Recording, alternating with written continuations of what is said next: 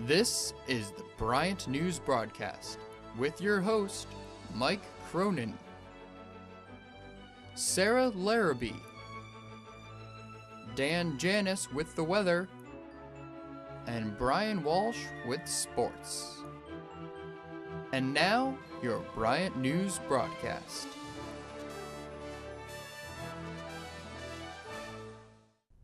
Hi, and welcome to another edition of the Bryant News Broadcast. Protesters overrun police and now have toppled their own government. The Social Democratic Party in Kyrgyzstan's capital of Bishkek forced President Kurmanbek Bakayev from office after a wave of protests on Wednesday left 40 dead and over 400 people injured. The opposition party has said that the Kyrgyzstan government is no longer in power, but Bakayev is not yet resigned. The political unrest has plagued the country since early March, and the violence in Bishkek shows that there will be no signs of it stopping anytime soon. With 25 already dead, rescuers search for 4 more miners who are still missing. On Monday, a major underground explosion rocked a mine in West Virginia. The cause of the blast is blamed on a massive buildup of methane gas in a closed chamber of the mine. This is the worst mining disaster in over 25 years. The families who have lost loved ones are begging for answers. And for those who are still missing, the community is asking for prayers and a miracle. The situation does look dire, but as soon as more information becomes available, we will bring it right to you. Of course, it's just such a terrible situation over in West Virginia. Yeah. I mean, it's got to be so sad, especially for the families, knowing that their loved ones are still trapped. Yeah, there's a lot of heart-wrenching stories about people who are supposed to retire. A whole family, three members of one family were knocked out. I mean, my prayers go out to them, certainly. Yeah, absolutely, So. yeah. All right, now here's Dan Janis with a look at our weather. Thank you, Sarah. Well, we've had a great last couple of days. By looking at the radar, you can see there's no rain in the vicinity, so it should be a great next couple of days moving into this week as well. And taking a look at this week's weather, we'll have sunny skies and highs in the mid-70s through Friday. On Friday, we'll be hit with a day of rain and cooler temperatures as we see the chance of precipitation at 70%. Moving into the weekend, though, we're back to our spring-like weather with temperatures in the mid to high 60s and mostly sunny skies. On Wednesday, April 7th, we reached an astonishing 89 degrees here in Smithfield, Rhode Island. This broke the previous record set that day in 1991 when we hit 86 degrees.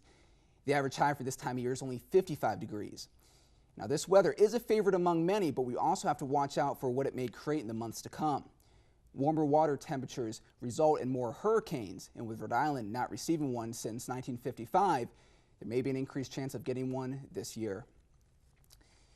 Hopefully we won't, Mike, but, you know, got to cross your fingers. But it's been a while, so it seems like we're due for a hurricane. I know, yeah. Well, I read today that scientists are predicting that this coming season, at the end of the year, we're going to see a lot of hurricanes. Yeah, we're going to see a little bit more than usual, so hopefully one of them won't, you know, head up our way north, but just have to see. Yeah, we'll see as time goes on. Okay, we're going to turn it over to Brian now in sports. Thank you, Mike. The NCAA men's basketball tournament could be expanded to a field of 96, and the tournament of 65 we just saw may be our last. So remember it while you can. The reason for this? Money to schools, and the money in which networks as well as college basketball would make from this. The 96-team tournament would also eliminate the NIT, and teams that had their bubble popped will make it in. In this system, there is an old saying that don't fix it if it ain't broken. The system we have now is just fine. Expanding it to 96 teams would just make things more complicated than they already are. Sure, most schools will feel happiness of being in, but the quality of the games will diminish. A 16 seed now cannot beat a number 1 seed as it is now. With the 96 teams, there is no way a 24 seed will have a shot at beating a 1 or even a 2 seed. And also, they believe that the top 34 teams should get a bye. What is the NCAA thinking? This tournament is special. Almost now, some say it's magical, and it's what makes March March. With this system, getting in the tournament will not feel as special as it did before, and it will lose its value as well as the fans if you change this system. While the madness of March is over, now we move into spring. And as sports fans, we all know what that means. Baseball. Opening night was nothing short of spectacular, with a Boston-New York rivalry going down to the final out. Other things, not so much. I know we've only 2 games into the season, but from watching opening day, I certainly learned a few things. How about them Braves? On opening day, bringing a world of pain to the Cubs ace Carlos Zambrano. Zambrano made a promise last season to control his temper and not knock over water coolers. But anyways, after getting rattled on opening day, giving up 8 runs in 1 1/3 innings of work, manager Lou Piniella was ready to knock over the cooler himself. Thinking, we're paying this guy $18.5 million a year for this? I know it's one bad start, but Cubs fans, the GOAT may still haunt you to this day. Braves fans, on the other hand, have a positive season to look forward to. After watching rookie phenom Jason Hayward blast a 3-run shot in his first at-bat, Chipper Jones, third baseman for the Braves, said it was one of the first career highlights for him. I know it's only 1 game, but still, if you're a Braves fan, you're happy. And if you're a Cubs fan, well, there's always next year. Back to you, Mike. All right, Brian, thanks a lot. Baseball season's underway. Sarah, it's my favorite time of the year. Are you a big baseball fan? Red Sox all the way. All right. Here we go. That's what I like to hear. Great. All right. The flood has passed, but the effects are still taking a toll here in Rhode Island. Flooded basements and stores have been affecting thousands of Rhode Islanders, and now 3 bridges may need to be replaced statewide. Transportation officials say that the Douglas Avenue Bridge in North Providence, the Laurel Hill Avenue Bridge in West Coventry, and the Natick Bridge in West Warwick have suffered severe damage from the floods. It's hard to say how long it'll take to replace them, but it is estimated that it could take anywhere from a couple months to a year. Do you have $500 to throw away? Well, a group of teenage boys did when they bought a brand new Apple iPad and then spent only minutes smashing it to pieces.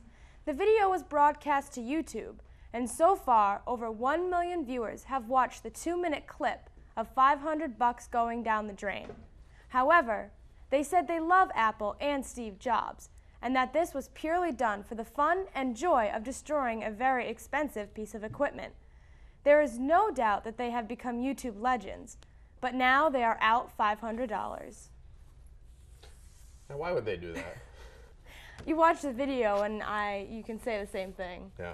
But they were really having some fun smashing that iPad with the baseball bat. Well, they're paying for it now, aren't they? I guess they are. So now here's the Bryant update. The search for a new Vice President of Academic Affairs is over. Bryant University President Ronald Makeley has appointed Dr. Josie Marie Griffiths of the University of North Carolina. She will succeed the current VP, VK Uni, who has served Bryant for over 11 years. Bryant's Vice President for Academic Affairs is responsible for all academic and research programs within the university's College of Business and College of Arts and Sciences.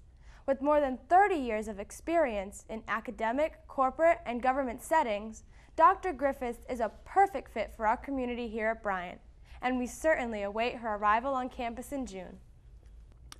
Bryant University this past week had 55 student athletes on the NEC Fall Academic Honor Roll. This is a great way to represent our school and show that even though it's hard and demanding to play a sport, students can still keep up their GPA to a high enough level. We all know that most of these students are going to go pro in something other than sports, and for that fact, they are getting it done in the classrooms as well as on the fields is a very impressive thing. On April 8th, Bryant's chapter of Omicron Delta Kappa, a national leadership society, will debate alongside the Cambridge Union Debaters, which is the world's oldest debating society. The topic of debate will be the benefits of technology to society. Bryant students Kelsey Roy and Nick Craver will join 2 of the Cambridge Union Debaters to argue the proposition that technology has helped society, while Emiliano O'Mary and Tom Paglarini and 2 other Cambridge debaters will argue the opposition. The event will take place on Thursday, April 8th at 7 p.m. in the Bryant Bellow Center. So Mike, there's a lot of stuff going on here at Bryant coming up. Yeah, you know, it's that time of year where the weather's beautiful. I mean, we've had a little bit, it's been hot really early, but it's still just been beautiful. There's a lot going on, a lot of buzz on campus this time of year. Well, I hope there's no more floods, and I hope everyone enjoys the weather. Absolutely. All right, well, thanks for tuning in to the Bryant News broadcast. I'm Mike Cronin. And I'm Sarah Larrabee. Have a good day.